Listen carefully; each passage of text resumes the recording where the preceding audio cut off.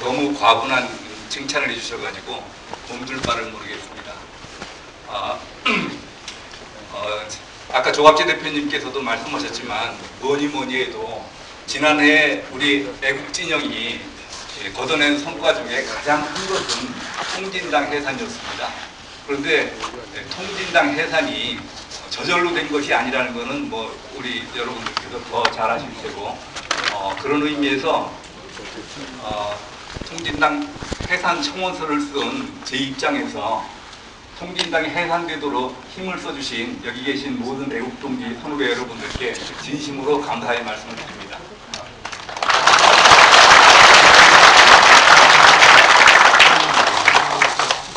아까 조갑재 대표님께서 이 통진당 해산 결정문을 앞으로 종북투쟁의 무기로 사용을 해야 된다, 이런 말씀을 하셨는데, 통진당 해산 결정문이 굉장히 깁니다. 그래서 여러 어르신들께서 읽어보시기가 좀 어렵습니다. 그래서 제가 그 중에서 어떤 무기를 써야 되는지를 좀 간추려서 보고를 드리겠습니다. 2011년 7월쯤에 조갑재 대표님으로부터 저 민노당 하는 짓이 도저히 두고 볼 수가 없는데 저걸 좀 어떻게 해산할 방법이 없느냐라는 검토해달라는 부탁을 받았습니다. 그래서 제가 우선 그 민노당의 강령을 찾아다가 검토를 해봤습니다. 그랬더니 민노당 강령 중에 민중 주권을 주장하는 내용이 있었습니다. 근데 그 이념 교육이 안 되신 분들은 그 민중 주권이 무슨 뜻인지 아마 이해하기 어려우실 텐데, 저는 제가 현직에 있을 때 민중 주권이 이게 이적 이념인 거를 제가 밝혀낸 사람이기 때문에 이게 눈에 확 띄었습니다. 그런데 민중 주권이 국민 주권을 부정하는 말이라는 거를 저는 개인적으로 확신을 하고 있지만, 이거를 청원서를 작성하고 하려고 그러면은 무슨 근거가 있어야 됩니다. 제가 혼자 주장해서 되는 게 아니지 않습니까? 그래서 그럼 우리나라 헌법재판소는 어떻게 민중주권을 어떻게 해석하고 있는가 보려고 보니까 이 위헌정당이 되려고 그러면은 그냥 헌법 어느 규정에 위반된다고 위헌정당이 되는 게 아닙니다. 위헌정당이 되려고 하면은 우리 헌법 중에서 민주적 기본 질서에 위배돼야 이게 위헌정당이 될 수 있습니다. 그러면은 민주적 기본 질서가 뭐냐? 여기에 대해서는 1990년도에 그전 헌법재판소에서 그 결론을 내놓은 게 있습니다. 그래서 제가 그 1990년도에 헌법재판소 결정문을 봤습니다. 거기서는 민주적 기본 질서를 뭐라고 규정을 했냐고 그러면은 추상적 기준 2가지 하고 구체적 내용들을 설명을 해놨습니다. 뭐라고 설명이 되어 있냐? 추상적 기준 중에 하나는 북한과 같이 1인 독재, 일당 독재에 의한 자의적, 폭력적 지배를 추구하는 것은 민주적 기본 질서에 위배되는 것이다. 또 한 가지는 뭐냐고 그러면은 다수결에 의한 국민의 자치, 자유평등의 원칙에 의한 복지주의적 통치 질서를 부정하는 것이 이게 민주적 기본 질서에 위배하는 것이다. 이런 식으로 추상적 기준을 정해놓고 그 구체적 내용으로서는 기본적 인권의 보장, 권력 분립제도, 복수정당제도, 또 사법권 독립, 그리고 사회재산제도, 시장경제제도, 이런 것들을 구체적 내용으로 열거를 해놨습니다. 그런데 여기는 아무리 찾아봐도 국민주권 얘기가 없습니다. 민중주권에 대한 얘기가 없습니다. 그래서 이게 이를테면은 통진당이 기본적 인권을 부정한다든지 그러면은 통진당을 위헌정당으로 이렇게 해산 청구하기가 아주 쉽습니다. 그런데 이건 그런 건 없고, 아까 저기 조갑재 대표님께서 말씀하셨지만 헌법재판소에서는 법무부에서 제출한 2,907건의 증거들을 전부 취합을 해가지고 통진당이 명목상의 강령은 그럴듯하게 해놨지만 이 숨겨진 목적은 북한식 사회주의를 추구하는 정당이다. 이렇게 해가지고 그러니까 당연히 아까 말씀드린 추상적 기준 두 가지도 다 위반되고, 아까 말씀드린 북한에서는 뭐 기본적 인권 보장이라든지 복수정당 제도라든지 하나도 인정이 안 되지 않습니까? 그러니까 추상적 기준이든 구체적 내용이든 전부 이게 민주적 기본 질서에 위배되는 것으로 이렇게 했습니다. 그런데 이거는 그 많은 증거들을 종합해가지고 말할 수 있는 것이고, 제가 청원서를 쓸 당시에는 그런 증거를 제가 확보할 수가 없습니다. 오로지 통진당에 내놓은 강령만 가지고 이 강령이 어디가 민주적 기본 질서에 위배되느냐, 이거를 제가 해야 되는 겁니다. 그런데 아까 말씀드린 것처럼 우리나라 헌법재판소가 1990년도에 민주적 기본 질서를 규정한 내용 중에는 민중주권이니 국민주권이니 이런 얘기가 전혀 없습니다. 그래서 제가 잠시 좀 암담에 있다가 서독 연방 헌법재판소를 재판소 결정례를 찾아봤습니다. 그랬더니 거기는 추상적 기준 두 가지는 똑같고, 구체적 민주적 기본 질서의 구체적 내용 중에 기본적 인권 보장 뭐 이런 거는 다 똑같은데, 제일 앞에다가 뭐라고 해놨냐면은 국민주권주의를 내놨습니다. 그러면은 결국 1990년도에 우리 헌법재판소가 민주적 기본 질서의 내용을 설명할 때 당연히 서독 연방 헌법재판소의 결정례를 참고했을 겁니다. 그런데 왜 그 추상적 기준과 구체적 내용들 중에서 국민주권주의를 빼놨느냐? 이거는 1990년도 당시에 헌법재판관들이 이 자유민주주의와 공산주의, 민중민주주의와의 가장 중요한 차이가 국민주권주의를 부정하느냐 아니냐에 달려있다는 것을 몰랐던 겁니다. 여러분들도 다 아시다시피 우리 기성세대들은 이념교육을 받아본 적이 없습니다. 이념교육을 받아본 적이 없어요. 이따가 다시 한번 또 제가 말씀드리겠지만, 그래서 제가 서독연방헌법재판소 결정내에서 국민주권이 민주적 기본질서의 가장 중요한 내용으로 써있는 걸 보고, 그러면 이 정도면은 헌법재판소에 위헌정당 해산심판 청구를 할 수 있겠구나. 그런데 이제는 뭐냐면은 국민주권주의가 서독연방헌법재판소 결정례에 따라서 민주적 기본질서 중에 가장 중요한 내용이라고 할 수는 있겠지만, 문제는 통진당이 주장하는 민중주권이 왜 국민주권을 부정하는 주장이냐라는 것을 입증을 해야 되는데, 이거를 보니까 이번 위헌정당 해산심판 청원서는 제가 아니면 쓰기가 힘들겠구나, 이런 생각을 했습니다. 왜냐하면은 우리나라에서는 제가 이따가 민중민주주의를 설명드리면서 다시 말씀을 드리겠지만, 이게 지금 민중주권이 뭐를 뜻하는 건지를 아는 분이 없었어요. 제가 현직에 있을 때 민중주권을 주장하는 민중민주주의가 자유민주주의를 부정하는 제도라는 것을 처음 발견해가지고 기소해서 그게 확정되면서 민중민주주의가 이적인형으로 되기 때문에 이거는 제가 아니면 좀 쓰기가 힘들겠구나, 이런 생각을 하고 제가 쓰기로 말씀을 드렸었습니다. 그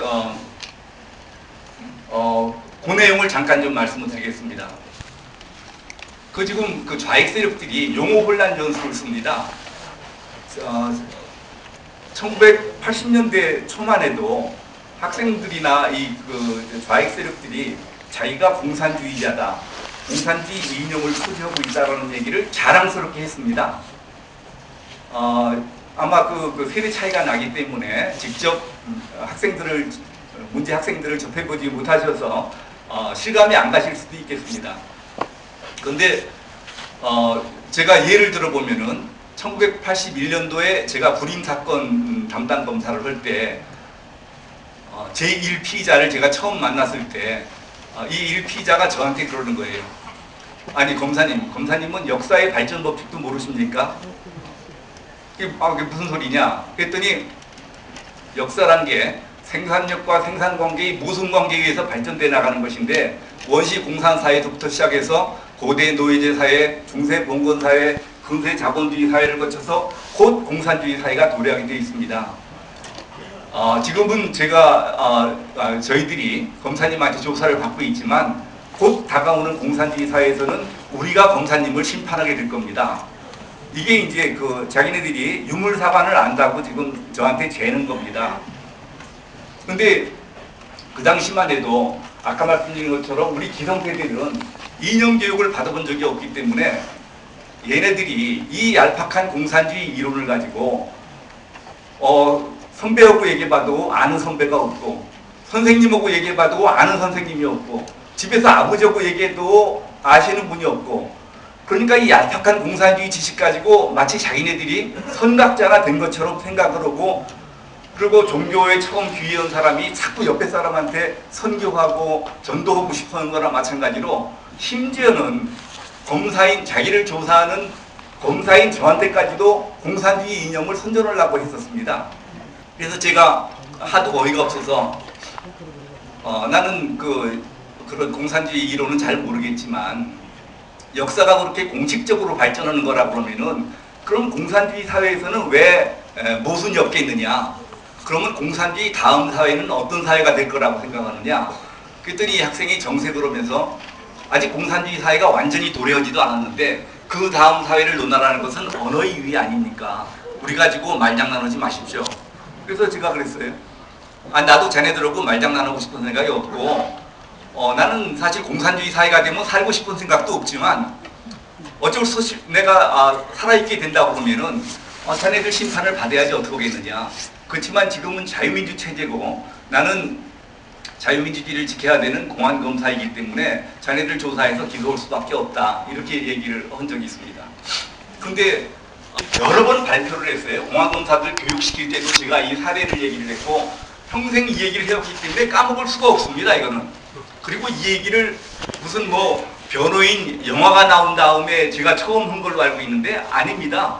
제가 노무현 정권 때 대통령한테 이 얘기를 전하도록 법무부 장관한테 했습니다. 무슨 말씀이냐고 보면은 불임 사건이라는 거는 노무현 대통령이 불임 사건의 변호인이 되면서 처음으로 인권의 눈을 뜨고 사회의 눈을 뜨고 정치의 눈을 떠서 대통령이 되게 한 사건이다 해가지고 이 친노 세력들은 아주 신성시하는 사건입니다. 그래서 노무현 대통령이 집권하고서 과거사 진상규명위원회가 생겼지 않습니까? 이 과거사 진상규명회에서 제일 처음에 과거사 진상규명 사건으로 이 불임 사건을 놓으려고 했었어요. 여러분들 신문 많이 보셨을 겁니다. 과거사 진상규명 사건으로 들어가면은 진짜로 육군 대장이 간첩 출신한테 가서 조사를 받아야 되고 막 이런 식이었지 않습니까? 그런데 그때 마침 김승규 법무부 장관께서 제가 그 당시 대검 감찰부장일 때인데 대검 검사들을 격려하러 오셔서 만찬자리를 갖게 됐는데 제가 그 자리에서 이렇게 장관께 말씀을 드렸습니다. 지금 노무현 대통령은 무슨 불임 사건이 크게 인권운동이나 되는 줄 알고 민주화운동이나 되는 줄 알고 이거를 과거사 진상규명 대상으로 넣으려고 그러는 것 같은데 제가 알기로는 이건 명백한 공산주의 운동이었습니다.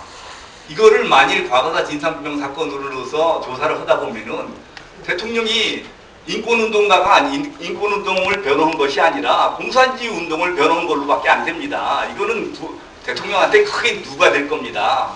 내가 그거를 대통령께 전해달라고 그랬어요. 그랬더니 정말로 불임 사건이 과거사 진상규명 사건에서 빠졌습니다.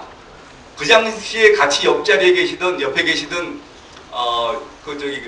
검찰총장께서 저보고 그러시는 거예요. 이분도 노무현 정부에 대해서 좀 안 좋은 감정이 있어가지고 그 검사장 그러면 잘 됐다. 그거를 과거사 진상규명 사건으로 넣어가지고 노무현 대통령 좀 망신 좀 시키자. 그래서 제가 그랬어요. 아니 대통령 망신을 주는 게 문제가 아니라 제가 망신이지 않습니까? 제가 어떻게 간첩 출신 조사관한테 가서 조사를 받습니까? 그런 사례가 있는데 이거는 지금 이것이 명백한 사실이지 지금 얼마 전에 변호인 영화가 상영된 이후에 몇십 년 동안 뒤집어지지 않던 불임 사건이 무죄가 났다 그래요. 몇 번씩이나 그거는 기각되고 있는데 작년인가 무죄가 났다고 합니다. 그런데 그 무죄의 이유가 뭐냐면은 그것이 공산주의 운동이 아니었다는 것이 아니고 불임 사건 피의자들이 장기 구금이 됐다. 구속영장 없이 불법 구금이 돼 있었다. 그래서 이 사람들이 한 진술은 전부 증거 능력이 없다. 이래가지고 무죄가 난 겁니다. 그게 공산주의 운동이 아니어서 무죄가 난 게 아닙니다. 그런데 이제 이거는 조금 좀 지나간 얘기고, 이렇게 이제 공산주의자인 거를 당당하게 밝히던 사람들이, 이 사람들이 법정에서 재판을 받다 보니까 자기가 공산주의자라는 걸 밝히면은 법정에서 아주 굴욕이 되는 거예요. 유죄가 나는 겁니다. 그래서 북한에서 왔든지 이 좌익들 수괴들의 지침이 있었던지 간에 그 무렵에 법정 투쟁 지침이라는 게 내려옵니다. 그래가지고 그 이후로는 자기네들이 공산주의자라는 거를 숨기는 거예요. 목표권도 행사하고. 그런데 그 다음엔 그러면 공산주의자들이 자기네들의 이념을 어떻게 표시했느냐? 민중민주주의라는 말이 나오는 겁니다. 근데 저희들이 볼 때는 말은 공산주의가 아니라 민중민주주의인데, 하는 거 보면은 공산주의자하고 똑같은 소리를 하고 북한의 인민민주주의하고 똑같은 소리를 하는데, 그래서 저거를 저게 북한 인민민주주의랑 마찬가지 아니냐. 그래가지고 처벌하려고 그러면은 좌익 세력들이 뭐라고 하냐면은, 아니 인민민주주의고 민중민주주의고 용어가 비슷하다고 그래가지고 그거를 이적 이념이라고 그러면 되느냐, 또 용공 조작을 하려고 한다, 이런 식으로 차고 나오는 거예요. 그래서 이건 어떻게 처벌도 못하고 이게 끙끙 앓고 있는데, 전혀 우연한 기회에 이 민중민주주의가 이적 이념인 것이 밝혀지게 됐습니다. 어떻게 밝혀졌느냐? 1985년도에 고대 학생들이 화염병 시위를 한다는 첩보가 입수됐습니다. 그래서 이 시위용품들, 쇠파이프, 강목, 화염병 이런 것들을 압수해오라고 압수수색 영장을 발부해서 경찰에 지시를 했습니다. 그랬는데 그때만 해도 좀 어수룩한 시대여가지고 이 경찰들이 고대 학생회관을 압수수색하면서 학생회관에 있는 거를 몽땅 다 압수해왔어요. 그러니까 시위용품뿐만이 아니라 고대 교지인 일보전지라는 책자까지 전부 압수해왔습니다. 근데 보통 같으면은 뭐 시용품도 아니고 처박아 뒀을 텐데, 저는 학생들이 무슨 생각을 하고 있는지 알고 싶어가지고 고대 교지 일보전지라는 책을 다 읽어봤습니다. 근데 거기에 제 눈이 번쩍 뜨이는 말이 있었어요.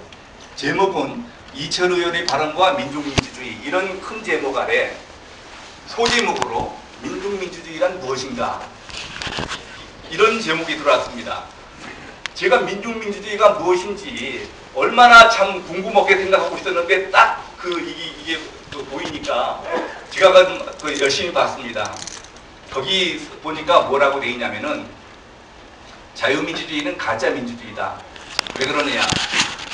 자유민주주의는 국민이 주인이라고 그러는데, 이거 국민주권주의를 얘기하는 겁니다. 국민이 주인이라고 그러는데, 어떻게 국민이 전부 주인이 될 수 있느냐? 주인이 있으면 종이 있고 지배자가 있으면 피지배자가 있는 거지, 어떻게 전 국민이 주인이 될 수 있느냐. 그래서 자유민주주의라는 거는 말만 국민이 주인이라고 하는 거지, 실제로는 부르주아, 소수의 부르주아가 주인이 되고 프롤레타리아, 다수인 노동자, 농민, 도시빈민, 이 민중들이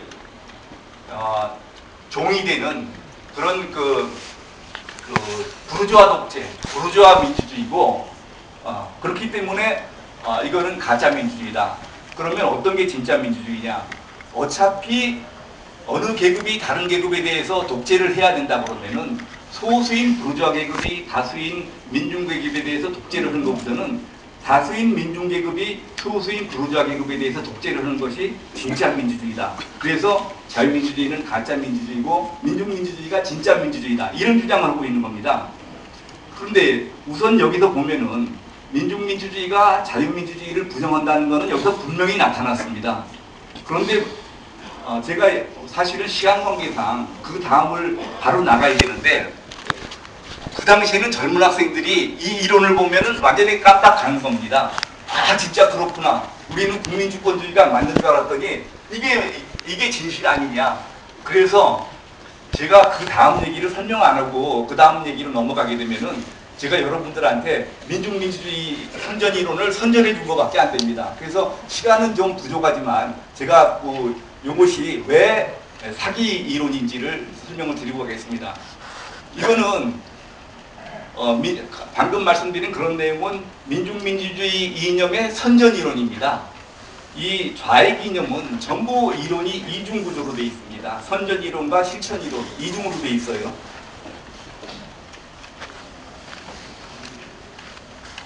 그런데 제가 우리 기성세대들은 공산주의 이념 교육을 받아본 적이 없다고 했지 않습니까?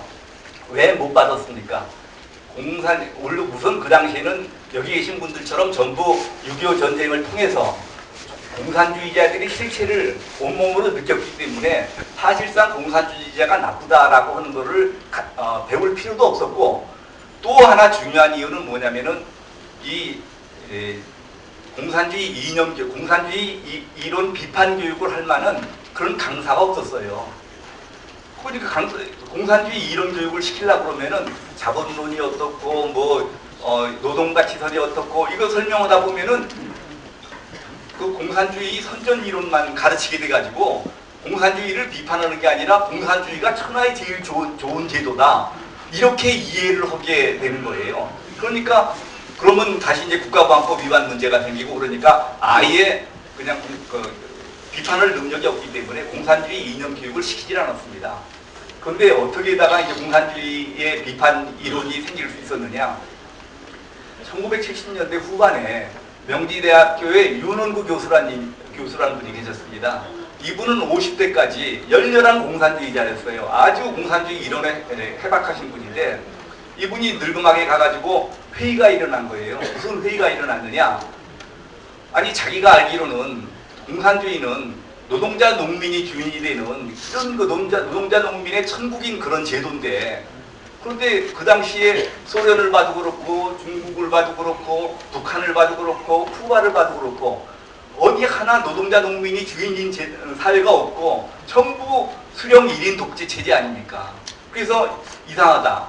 그때까지도 우리나라 사람들이 이 공산주의 이론을 잘 몰랐기 때문에 공산주의는 이론은 좋지만 실천이 제대로 안 되고 있는 거다 이렇게만 전부 알고 있는 거예요. 그런데 윤원구 교수님은 공부를 많이 하신 분이라 그래도 생각이 다르죠.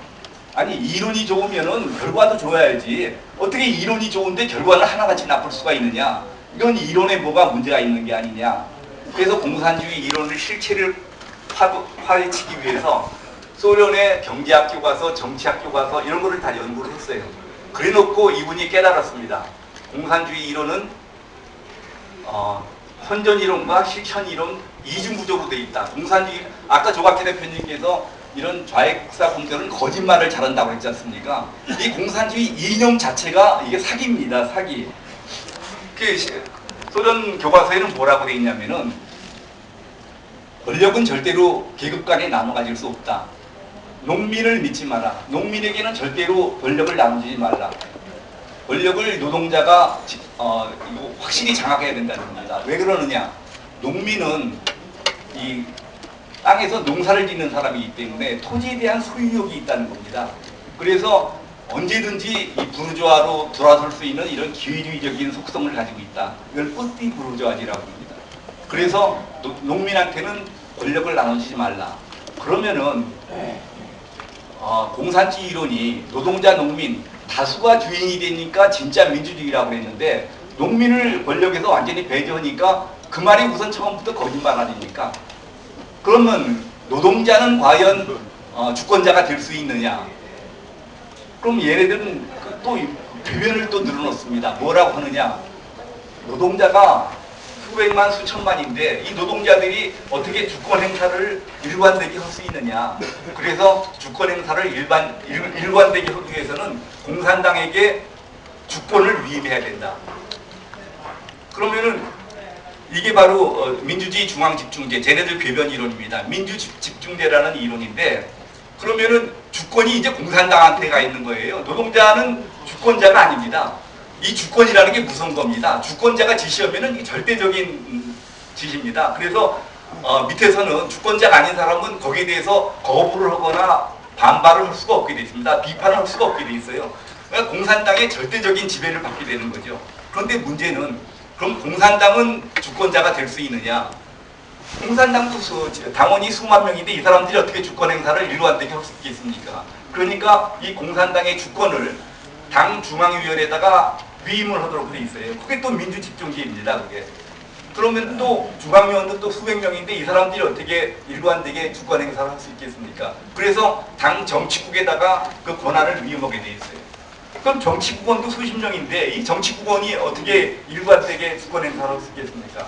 그래서 수령한테 주권을 위임하게 되는 겁니다. 그 공산주의 국가는 말은 노동자 농민이 주인이지만 주인은 수령 1인 하나밖에 없는 겁니다. 공산주의가 이론은 좋은데 실천이 제대로 안 돼서 수령 1인 독재 체제가 되는 게 아니고 실체 이론 자체가 1인 독재 체제로 되어 있는 겁니다. 저는 이런 윤원구 교수님한테 이런 교육을 받았기 때문에 민중민주주의 그 이론을 보고 이거는 이게 바로 공산주의 선전 이론 아닙니까? 그래서 이거는 이적 이념이고 그래서 이거를 처벌하겠다. 그래서 제가 거기 고대 그 학술부장하고 그 저자하고 두 사람을 국가보안법 위반으로 구속하겠다고. 이거 중요 사건은 대검공안부에다 지시를 받아야 됩니다. 제가 그래서 대검공안부에다가 고대생 2명을 국가보안법으로 일찍 구속하겠다 그랬더니 대검공안부가 난리가 난 겁니다. 왜냐면은 이 국가보안법 사건 같은 거는 대개 경찰이 인지를 하지 검찰에서 인지하는 경우가 없습니다. 그리고 학생 2명을 국가보안법 위반으로 인지 구속하겠다고 하니까 대검공안부장님께서 놀래가지고 좀 올라보라고. 그래서 그 당시 대검공안부장님이 나중에 법무부 장관까지 지낸 최상혁 공안부장님이신데 그야말로 우리나라 공안의 산 역사십니다. 그런데 이분은 과거의 난파간첩이라든지 이런 공산주의자들만 많이 다뤄보셨지 이 변형된 공산주의 이론에 대해서는 들어본 적이 없는 겁니다. 그래서 올라가서 갔더니 아니 민중이 주인이 되는 나라를 만들자는데 뭐가 잘못이냐. 그래서 제가 이제 아까 그런 내용을 또 설명을 했더니 이분이 이제 좀 믿기지는 않지만 제가 하도 진지하게 얘기를 하니까 알았어 그럼 내 맘대로 한번 해봐. 그래서 제가 이제 억지로 구속 기소를 해서 그것이 법원에서 유죄 판결이 확정돼서 그 다음부터 민중민주주의가 이적 이념으로 굳어진 겁니다.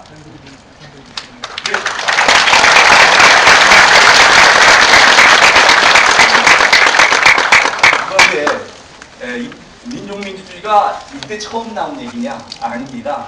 1974년에 밝혀진 민청학년 사건에서도 이미 민중민주주의 주장이 나왔습니다. 그런데 그 당시 수사관이나 검사 아무도 이 민중민주주의가 이적 이념이라는 걸 몰라가지고 그냥 넘어간 거예요. 그게 1985년까지 민중민주주의라는 이름 아래 공산주의 이념 선전이 그대로 먹혀드는 겁니다. 그래서 이제 1985년도에 민중민주주의가 이적 이념으로 처벌받게 되니까 그 다음부터는 민중민주주의라는 말을 못 쓰는 거죠. 그래놓고 민중주권이라든지 민중민주주의 내용들을 가지고 주장하는 겁니다. 그리고 진보적 민주주의라든지 진보적 민주주의라는 거는 김일성이가 이 자기네 인민민주주의를 미화하기 위해서 쓴 용어입니다. 그래서 바로 민중주권 얘기가 그래서 민노당 강령의 민중주권 얘기가 나오는 겁니다. 그래서 제가 이제 그런 얘기들을 전부 붙여가지고 청원을 했고 그래서 법무부에서 그게 받아들여져서 이번 헌법재판소에서 그동안에 1990년도 헌법재판소 결정계에서는 민주적 기본질서의 구체적 내용으로 해서 빠져있던 국민주권주의가 요번에 들어갔습니다. 요번 헌재 결정문에는 이제 국민주권주의가 민주적 기본질서의 중요한 내용으로 들어가 있습니다. 그러면은 요번 헌재 결정의 중요한 의미가 뭐냐?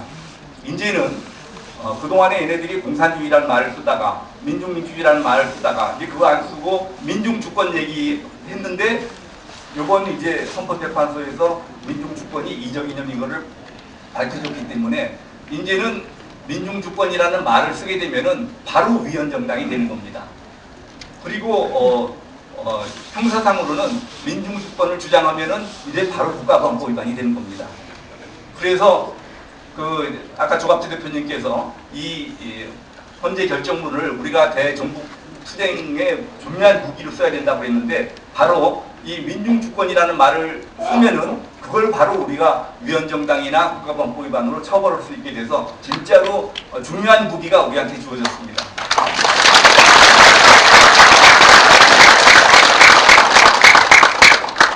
감사합니다. 하여튼 아까 여러분들이 말씀하셨지만 이게 지금 통진당이 해산됐다고 해서 끝난 것이 아닙니다. 또 어떤 방법이든지 유사한 강령을 내걸고 대체정당을 만들든지 유사정당을 만들든지 또 잔당들이 돌아다니면서 반국가 활동을 하든지 그럴 겁니다. 우리 여기 계신 애국분들 여러분들께서 눈에 그 쌍심지를 펴시고 장태를 잘 지켜보시고 감시해 주시기 바랍니다. 감사합니다.